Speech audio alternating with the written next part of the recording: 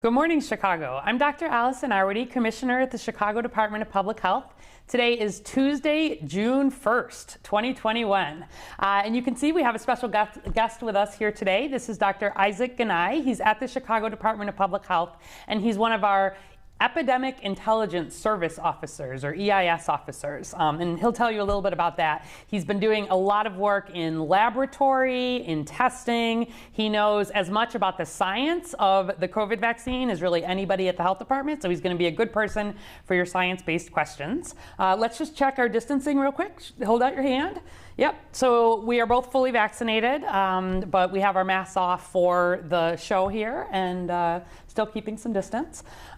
As always, you can put your questions into the box below. You can also use the hashtag AskDrArwady on either Facebook or Twitter, and you can put the questions in for me, or you can put the questions in for Dr. Ganai. So we have a lot of good news to go over, but why don't you go ahead and first introduce yourself. Thank you for coming on. Tell folks just a little bit about your background, what you've been doing during COVID. Sure, thanks for having me. My name is Dr. Isaac Ganai. I'm a CDC Epidemic Intelligence Service Officer, or EIS officer, here in the city of Chicago, which is the same training program that you did almost a decade ago with the CDC. It's a 2-year fellowship, so I've been here, I'm coming to the end now, so I've been here for 2 years.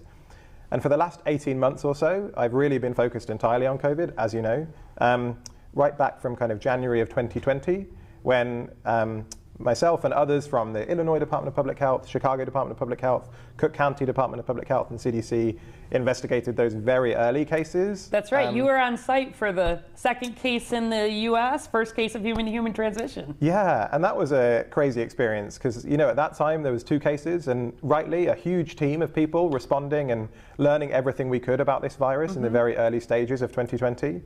And then, you know, as it spread across the US and including Chicago, that work translated kind of more into outbreaks in family gatherings and then kind of community transmission more generally. And then for the last year or so, I've been mainly focused on congregate setting responses. So outbreaks of COVID-19 in homeless shelters and in correctional facilities.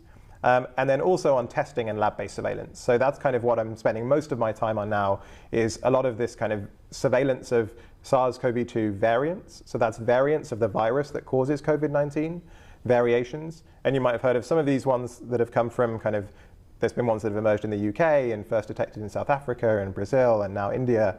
And some of these variants are concerning for a few different reasons, which I guess we'll go into. But that's been a kind of really exciting project to work on, and I think we're in a good space from that point of view now as well. And also some of the diagnostic testing. Yep. So not only the community-based testing that the City of Chicago does, but also the whole clinical system, the providers and healthcare providers across the city who've been doing a huge amount of diagnostic testing. So that's kind of been my portfolio of work on COVID over the last 18 months or so. Before that, for the first kind of 6 months that I was here in the US, I was mainly working on EVALI, the vaping lung injury that emerged in kind of late 2019. So that took up a lot of my focus for the first 6 months or so. But my background in the UK is as a public health physician, an epidemiologist. I was working in Oxfordshire and in Oxford, both at the university, working on malaria genetics and genomics, which has been really helpful and is kind of the same skill set as when thinking about these viral genetics that cause these variations.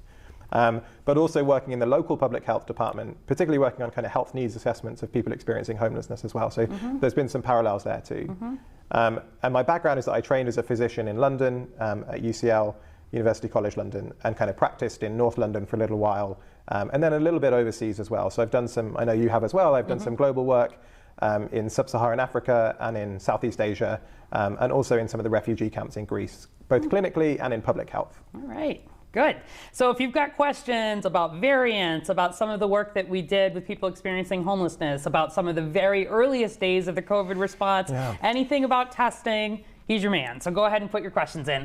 And in the meantime, let's take a quick look at data and then we'll get to your questions. So as always, chi.gov/COVID- is where you can find the latest on City of Chicago COVID data. And if we pull up the dashboard here, this news is looking fantastic. So our case average is at 157 new COVID cases being diagnosed in the City of Chicago every day.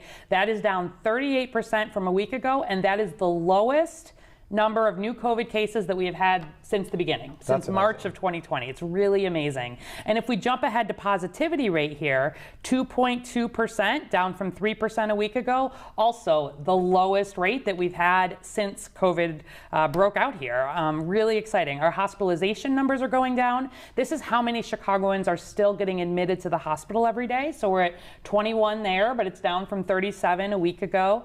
We're at 4 deaths a day, so that's starting to trend down as well. And then we're doing about 9,400 tests and about 9,700 vaccinations. Both of those numbers have been dropping a little bit. We can talk about that, but they're still quite good. So making really good progress on vaccine. You can see that if we look at Chicagoans of all ages, 52% have gotten at least their first dose and 42% have completed their series. And then if you limit it to people who are over 18, it's about 63% have gotten that first dose.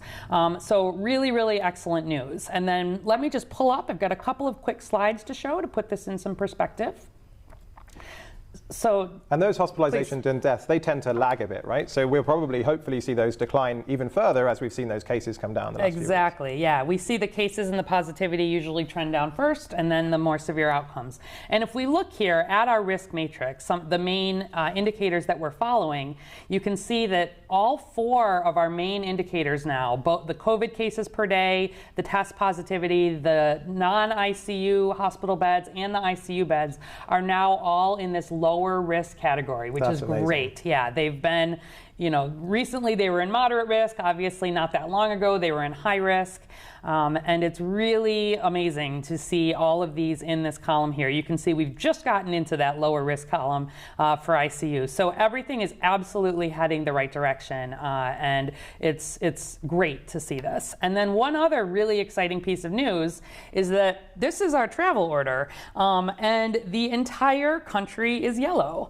So for the first time since CDPH began issuing the travel order back in July of 2020, there are no states in the orange tier, and so there are no states that you have to quarantine for or that you need to get tested for, and that's because COVID is getting better, not just here in Chicago, but really around the country. And there are no states that are over that 15 daily cases per 100,000 mark. And if we look in the Midwest, in fact, the states around us, they're about half of that or doing even better. So we're really doing very, very well. This has been predominantly, of course, the result of the vaccine, but it's really exciting. So if people have questions about travel, we can take some of those, but very good milestone there.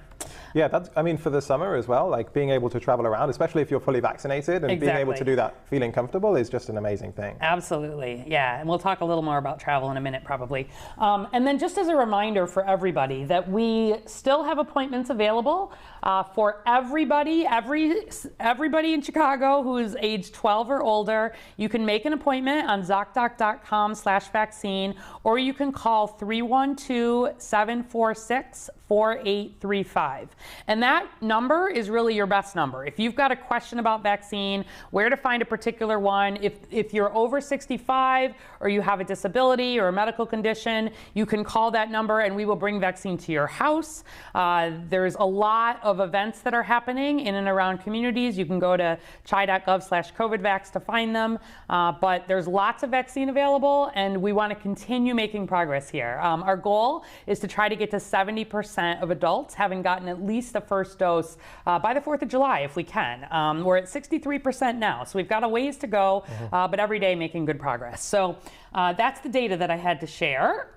And let's go ahead and start turning to some of your questions.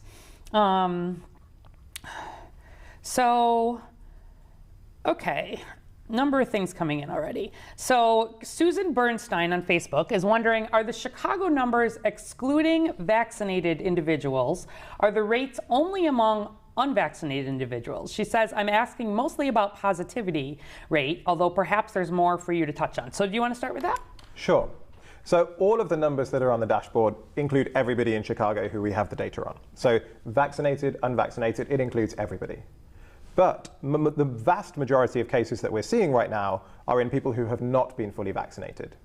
As a reminder, fully vaccinated is 2 weeks after you've completed your full course. So that's 2 doses if it's Pfizer or Moderna, and just after the 1 dose if it's J&J. And the vast, vast majority of cases that we're seeing are in people who are not vaccinated. Yeah, and I'll chime in a little more detail on that. Especially, the vaccines are the best really at protecting against severe illness, against hospitalizations and death. And if we go back to the middle of January, which would have been the first time that Chicagoans would have had the opportunity to be fully vaccinated, 98% of the hospitalizations and 98% of the deaths have been in people who are not fully vaccinated. So the vaccine has been performing beautifully here in the real world. And so, perhaps not all, but the great majority of these cases at this point are definitely in people who are unvaccinated. It's extraordinary how effective, we're very fortunate that these vaccines are so effective at preventing severe disease like this. Absolutely. There are a couple of ways, though, that I think vaccines might be affecting those numbers. And one of them is around kind of positivity and testing, which I think was one of the things that Susan was asking about. And I think one thing that I think is important is that when you're fully vaccinated, you don't have to do as many testing things as other people might have to. So if you're fully vaccinated and you come into contact with somebody who has COVID, everybody else has to quarantine and get tested during their quarantine period. But if you're fully vaccinated, you don't have to do that. So that's a kind of nice... Unless you develop symptoms. Yes, unless you develop symptoms. And that's, I think, an important point to bring out, actually. Especially as we're not there yet, we're just enjoying summer. But as we start to head into the cooler weather, where there's, more of those respiratory viruses coming around, everybody with symptoms should still be tested for COVID until, well into next year, I think, because it's still going to be around, even if we suppress those numbers really low. Yeah, but it does cut. I mean, this is why we're starting to see some of those testing numbers fall off a little bit. So maybe we can jump off Susan's question a little bit and talk about sort of how positivity rate would fit into some of those testing numbers. Yeah, absolutely. And I think it's appropriate that some of those testing numbers are coming down a bit because, we've been really trying to get as many Chicagoans tested appropriately as we can for the last kind of 18 months or so. So we've been working really hard to bring it to communities, to encourage people to see their providers, to make sure that healthcare providers have everything they need to offer COVID testing. And that's still an important part of the response. But it's only when it's needed, right? It's only when people are, most at risk of infection. So we say anybody with symptoms, that's the most important group of people to test.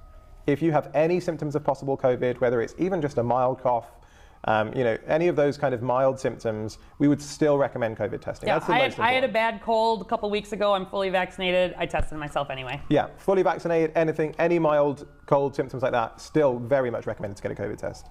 And the next one down is people who are exposed to COVID. So that might be if you were living with a family member and they got COVID, then we would recommend that person, during their quarantine period, also gets a test. But if you're fully vaccinated, that group of people now doesn't need to get a test.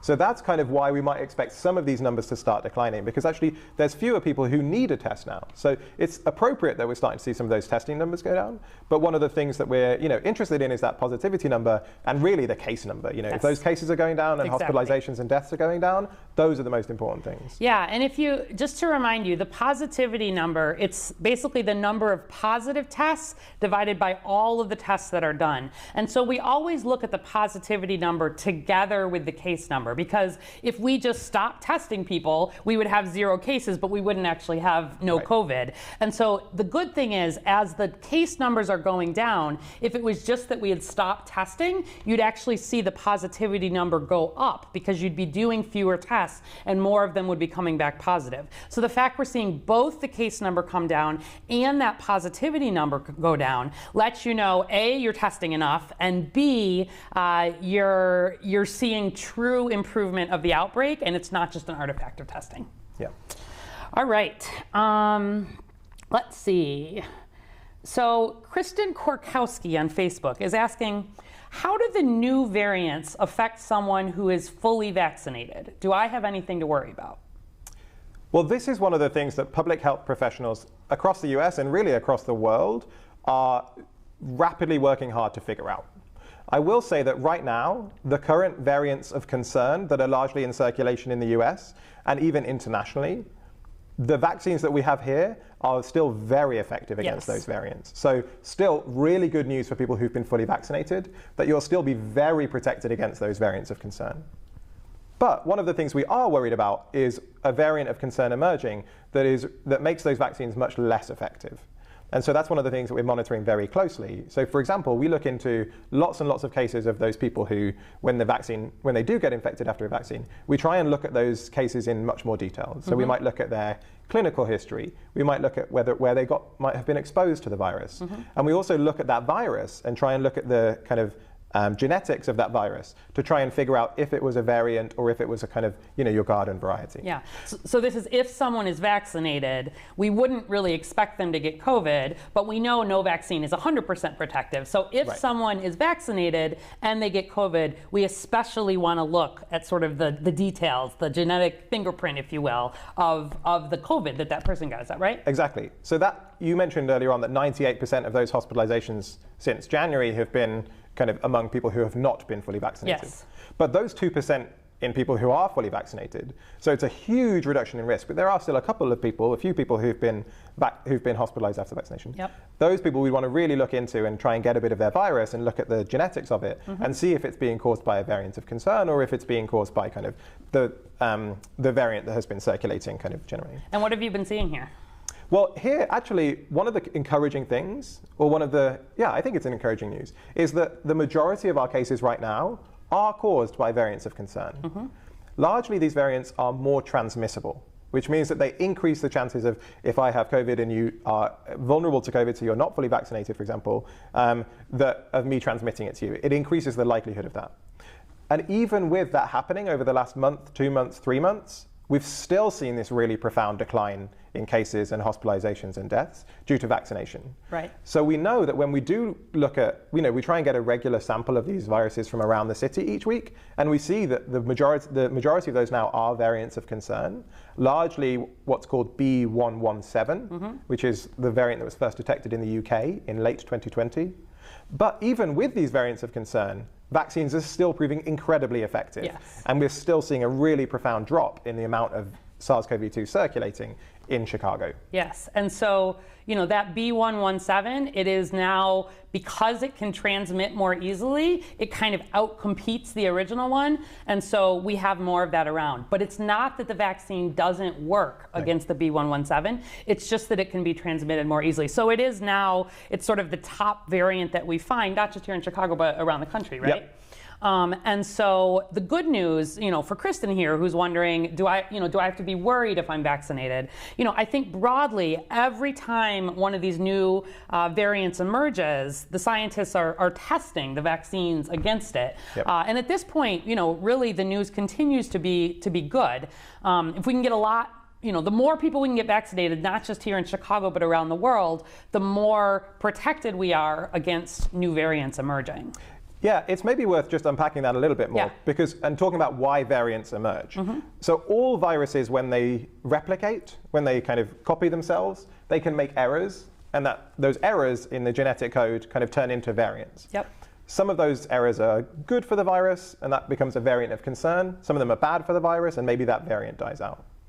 And the variants that seem to be more transmissible, for example, B.1.1.7 that we were just talking about, they might outcompete the kind of original circulating type of virus.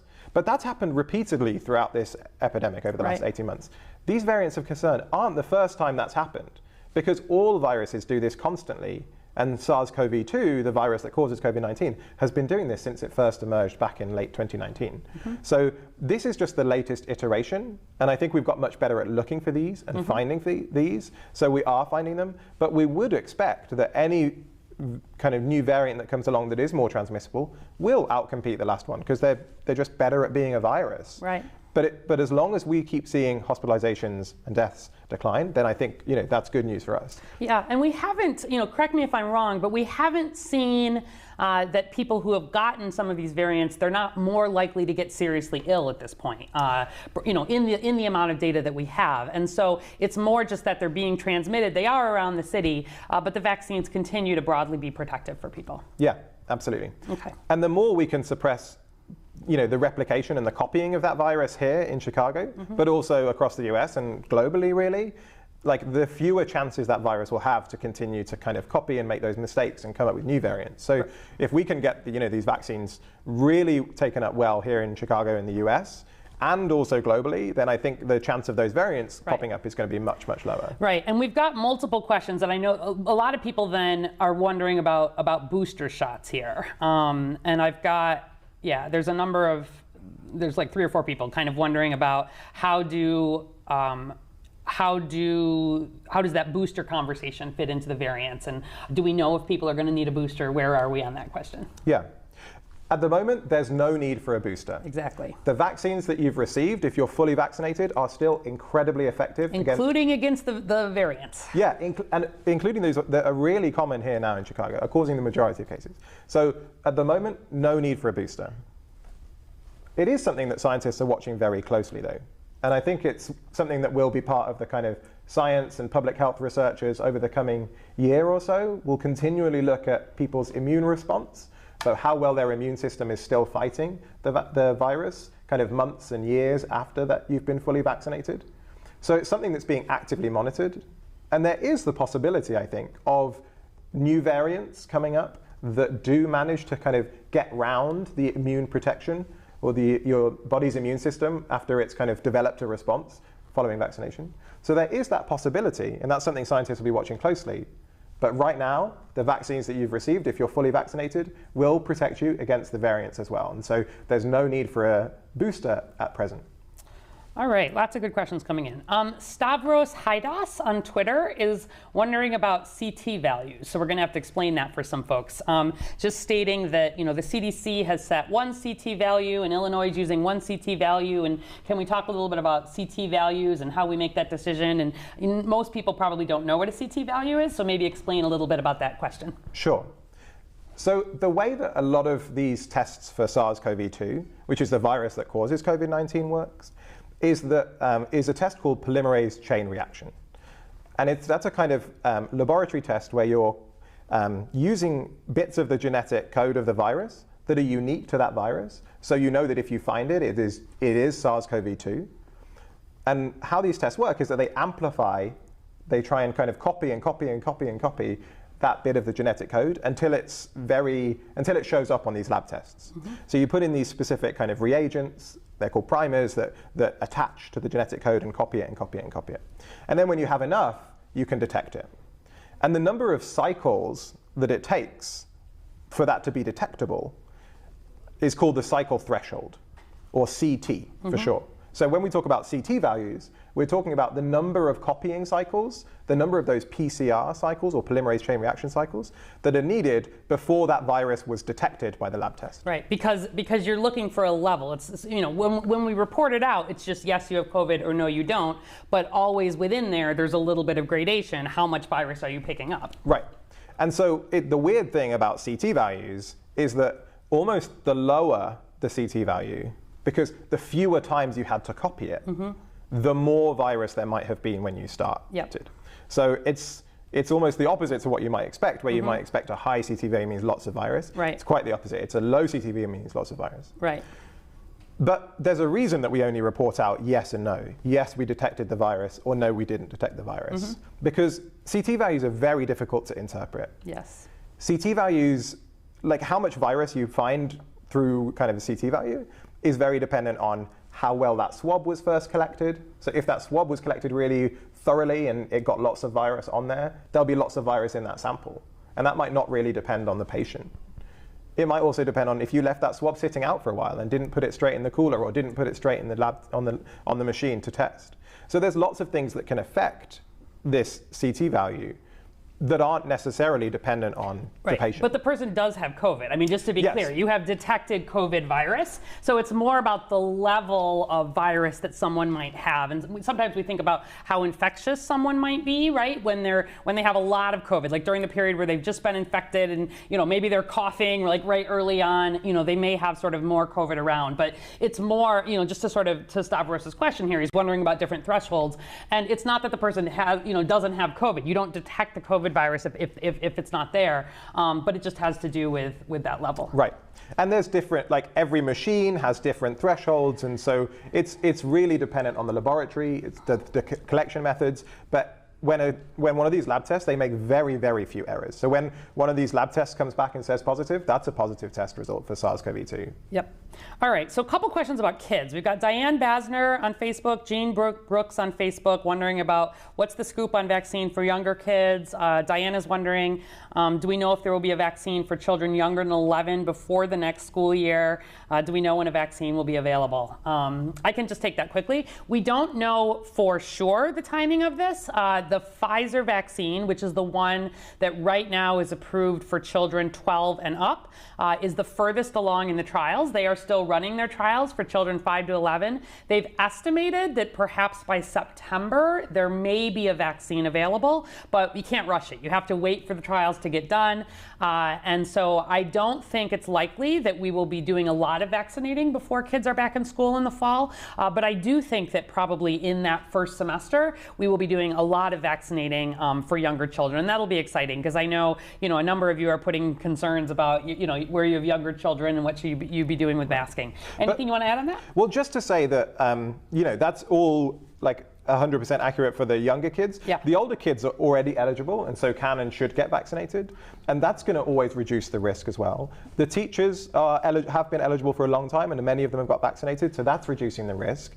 And we're seeing risk across the city reduce as we see cases reduce. So everybody getting vaccinated protects everyone else. That's one of the amazing things about vaccines. So even if these younger children aren't eligible until later in this year, they're still being protected by the effect of vaccinations because there's just less virus around. That's right. That's right. And this is where, Israel is the most vaccinated larger country. There are a few little island countries that are higher vaccinated, but Israel had a very early aggressive vaccination with the Pfizer vaccine. And that real world data has been so reassuring about vaccines. There was a study out of Clinical Infectious Diseases just from May 17th that it was about, the Pfizer vaccine was about 90% protective in preventing SARS-CoV-2 infection and 94% in preventing symptomatic infection. There was a little bit of a decrease in protection for people who were immunocompromised. We'd had some questions about that, and it dropped to about 75% for those folks. But broadly speaking, about 94%, just like it was in the trials. And the good news is, even in people who were not vaccinated, we also saw the rates of COVID drop because as we move toward this so-called herd immunity, which everybody always has questions about, there's fewer and fewer opportunities for COVID to spread. And so you see this indirect protection of the population as well. All right. Ernest Alvarado on Facebook. If you have a history of being allergic to shots, like flu, for example, what steps should you take to get the COVID vaccine safely? You want to start that? Sure. I think the most important thing is speaking to your healthcare provider, because your healthcare provider will know your medical history and also know the most about the vaccines that you've received in the past and your reactions, and these vaccines and how they might interact. So for the vast majority of people, these vaccines are fully safe and effective. But there are a very small number of people who might have severe reactions if they've had severe reactions to very similar vaccines in the past. And so if you've had those kinds of reactions, it's worth speaking to your provider. Now that's different to if you maybe got a flu shot last year and had a sore arm or even felt a little bit flushed the next day. Like that's kind of a normal vaccine reaction, and we wouldn't expect that to require any special attention. Mm-hmm. And in fact, many people report the same side effects after these vaccines. I had those side effects after these vaccines, but they're very minor side effects compared to getting the virus. But if you've had severe reactions to a vaccine in the past, it's best to speak to your healthcare provider and get that real clinical guidance from somebody who knows your history. Yeah, and just as a reminder, there's not food allergies, there's not environmental allergies like pollen or cats, there's not oral medications like penicillin allergies. None of these have been shown to be a problem with the COVID vaccine. It's really where we ask people to talk to their doctor is if they've had this really serious allergic reaction to an injectable medication, so that your doctor can look at the details and help get you some guidance on that. So do talk to your doctor about that. Probably, to be honest, if you've had a real allergic reaction, like a a serious one, you probably have an allergist or an immunologist, and they can really provide the best guidance. But it's very, it's unusual to have, that very unusual to have that true allergic reaction. Lisa Baldavenaria on Facebook. For people who haven't gotten their COVID shots, any advice for them on how they can choose the vaccine, Moderna, Pfizer, or J&J, that's right for them? I'm going to start on that one because I get this question in clinic sometimes. I see patients and people want to know. And for me, the most important thing is that somebody gets vaccinated. There are different reasons why different people might choose one vaccine or another. I'll tell you that I recommend, J&J is the one-shot vaccine. It also has a slightly less side effect profile, meaning people are less likely to get some of those side effects. Those side effects are not dangerous, but they can be uncomfortable if you have them. So if I have someone who's really worried about side effects or who's worried about trying to miss work or fit in a vaccine or is just really nervous about the vaccine, I actually will often recommend the J&J vaccine for them because it's one and done. Whereas if I have somebody who really wants to make sure they're getting sort of the highest level of protection, or maybe they have a history of immunocompromise or another disease and they want to come back, I might recommend the Pfizer or Moderna. But honestly, the most important thing is just to get one. So you want to chime in anything on that? I mean, I would just say get one, and now it's probably very different, but certainly a few months ago it was get one and get the first one that's available to you. So whatever's most convenient for you, I think, whatever lowers those barriers the most, just get that. And the City of Chicago sites are using Pfizer. And J&J. Yeah. We have both Pfizer and J&J available. Children, remember, 12 to 17-year-olds right now can still only get Pfizer. I expect that the Moderna is probably going to come through for children fairly soon as well.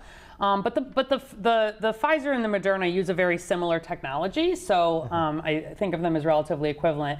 And I think the J&J is the one that's, for convenience, is a little bit easier for some people. But I guess the other thing is maybe if you have something, like if you're looking to travel soon and you definitely want to be fully vaccinated by 4th of July, for example, or you're having a family gathering and you really want to be fully vaccinated, then the J&J is the quickest to that route because it's just the one That's right. shot. You don't, because if you're only going to get one, you should get the J&J, right? You don't want to just get the Moderna or the Pfizer, get one dose, not get the second dose. You don't, your level of protection is lower with that than if you just get the one or the J&J.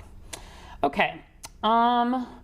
Moro Rauchi on Facebook says, "Hi doctors, does having full-blown COVID-19, he thinks, for several weeks offer the same immunity as the vaccine?" And he also wants to know, how come I can't get a free antibody test anywhere?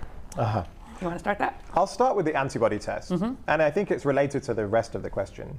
The reason that we don't the reason we don't make sure that it's free is because we don't necessarily recommend it for clinical purposes. And the reason we don't necessarily recommend it for clinical purposes is we don't know how to interpret that, really. We don't know that just because you're antibody positive means you can't get COVID again. And because we don't know what that means, we can't act on it. We can't give you clinical advice on it. And that's the reason it's not often available free. There are places you can get it, and maybe for some people it provides some useful information. But in terms of kind of protecting you, knowing that you're protected from COVID-19, it's not a sure bet, and therefore it's not something that many people will do for free, and we prioritize as a public health intervention. In terms of whether or not having had the virus is as protective as being vaccinated, the answer is no. Being vaccinated is much better protection than having had the virus. You can be certain of your protection after a certain period of time. After your 2 weeks, you're fully vaccinated. It's being measured exactly how long that lasts. It's probably more similar across people compared to infections, which is different across people. And particularly if you just maybe think you had COVID but didn't have a sure diagnosis, then it could well have been one of the many other respiratory conditions that are circulating. And so you might never have had COVID, and therefore you're fully vulnerable to COVID. And so certainly I would still recommend even people who've been previously infected getting their vaccinated. Of course, waiting until you're no longer infectious. So completing your kind of isolation period, but then getting vaccinated and getting fully vaccinated. Yeah, and I'd say this is one of the areas that really we are continuing to learn a lot about. There's been a lot of work to understand sort of how long and kind of what type of immunity comes after a natural infection versus after vaccination, because there's a lot of components to the immune system. There's like B cells and T cells and antibodies and neutralizing antibodies, and different sort of exposures can help in different ways. And so, maybe on Thursday I was reading some interesting articles over the weekend that were looking at, there was actually one that was taking bone marrow from people who had recovered from COVID and showing that there was, in many of them, there were some of these memory B cells, which would probably give some longer lasting immunity, but not in all of them. And really the theorizing here was that if somebody had a natural infection and a COVID vaccine, they were probably like the most protected of anybody, because you had both the natural infection and the vaccination. But if you had to choose between one or the other, you would want to choose the vaccination. So I'll bring some of those details on Thursday if you're interested. Okay. Thias Fletcher Alexander on Facebook. How do you recommend I protect my 11-year-old children as everyone unmasks? For example, should I keep them out of supermarkets, or is masking good enough? So my opinion on this, and I get asked about children a lot, is that the most important thing really is to continue encouraging that masking, especially indoors, because children overall, are less likely to get very symptomatic or seriously ill, thankfully. And the masks really have been very good and effective at this. They're not as good as a vaccine. If you have to choose one, you'll take a vaccine over a mask every time. But you don't have to really look any further than our flu season this last year to see how effective that masking was, right? Like when we were all masking and distancing and hand washing, we had almost no influenza. Whereas in years past, we'd have hundreds of people, admitted to the hospital and even the ICU. So you're going to have to make your own decisions for your children. I don't know if they have underlying conditions or other concerns, but I think broadly, as long as for now, I would continue to encourage them to be masking, especially indoors. I think that is probably the most important thing. And then just being aware, if you're around people who are unvaccinated. Anything you want to add to that?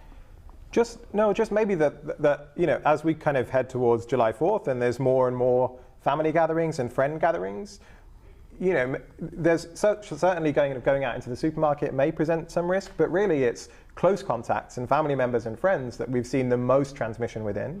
So the other way to really protect young children who can't get vaccinated yet is to make sure that as many people that they come into contact with as possible are fully vaccinated. So encourage your friends, encourage your family, especially in advance of kind of gatherings for 4th of July, to get fully vaccinated, to protect those who can't get a vaccine yet. Mm-hmm. And then Patty Graff on Facebook, kind of following up in there, says, I'm in a higher risk category but vaccinated. I'm still hesitant to go unmasked when around unvaccinated people, no matter if it's indoors or not, crowded or not crowded. Am I being too cautious? Well, as you mentioned, everybody's got to find their own kind of level of comfort with this. And I think everybody's got to find their own level of comfort with this every day, because it's changing every day.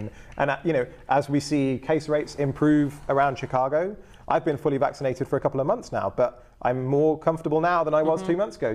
Even though I've had the same level of kind of vaccine-induced protection, the risk around me has changed. Right. So it's really about finding your level as to what you feel comfortable in, especially if you're seeing family and friends. You want that to be fun, so make it the most fun you can by being comfortable. I would say the things that you can do to kind of make that risk lowest, especially now that the weather's getting nice, is being outside. We've seen transmission come down a huge amount by being outside compared to indoors. Indoor transmission is much more likely than outdoor transmission. So if you can and you're having gatherings and you're kind of cautious about it, having it outdoors really reduces that risk for everybody.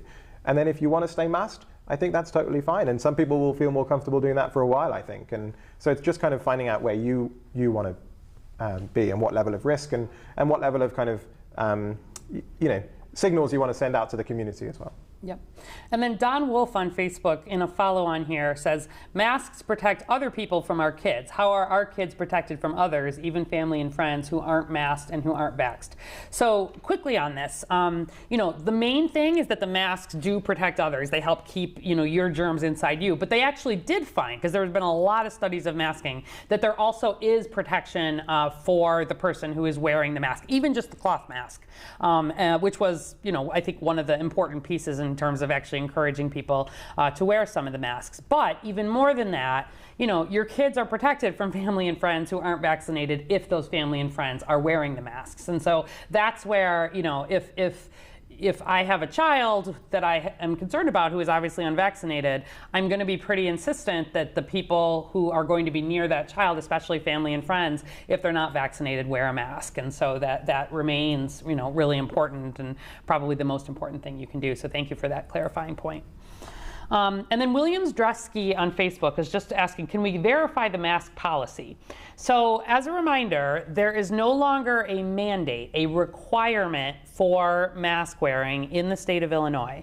Right now, while we are in this this bridge period, we basically said that if there are settings that are not going to be asking about vaccination status, we do encourage that they continue to have masks indoors. And we've seen a lot of places do that, including City of Chicago buildings.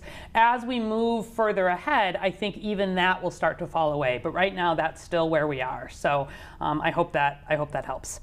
All right, we are basically out of time here.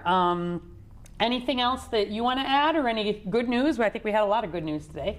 Yeah, I think it's really great news. I think it's just, we're seeing everything improve, but with all this variant kind of work, it is important to remember that things could change and that there are kind of some things that we still need to do. I think the most important that we've talked a lot about is just getting vaccinated and making sure that you're kind of fully vaccinated before doing some of those higher risk events.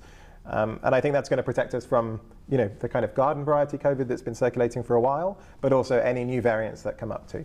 Absolutely. And I think for my good news, first, we started about 10 minutes late because the graduates, the firefighters and the EMTs were graduating from the Fire Academy on the channel. And I do just want to give a shout out to graduation season because I know there's a lot of people graduating and celebrating. And, I want to say congratulations and good luck to everybody who has gotten through a educational time during this crazy 2020-21 period. And just remind people, when you are gathering for graduation parties, hopefully everybody's vaccinated at that point, or otherwise you're taking, you're being careful about it. So the other just good piece of news is that the city markets are opening, the farmers markets. So DCASE announced last week that they're going to open. So the Daily Plaza City Market started on Thursday, May 27th. The Maxwell Street Market is opening on Sunday, June 6th. You can go to chicagocitymarkets.us if you want to see where they are and the dates. It's really nice to have some of the farmers markets back. And just as a reminder, all the farmers markets do accept Link, and you can double the value of your Link card purchases up to $25. So lots of things coming back. Yeah. And I think, the main good news is just that we're at the best point that we've been from COVID since our outbreak began in March of 2020. So again, this is Dr. Isaac Ganai from the Chicago Department of Public Health. He has really the person behind the scenes doing a lot with testing and variants and all things COVID. And thank you so much for your work over this last year and a half. And thanks for being on the show today. Yeah, thank you. Thanks, everyone. All right. We'll be back on Thursday. Take more of your questions. In the meantime, please help us protect Chicago. Talk to everybody you know about getting vaccinated. Bye-bye.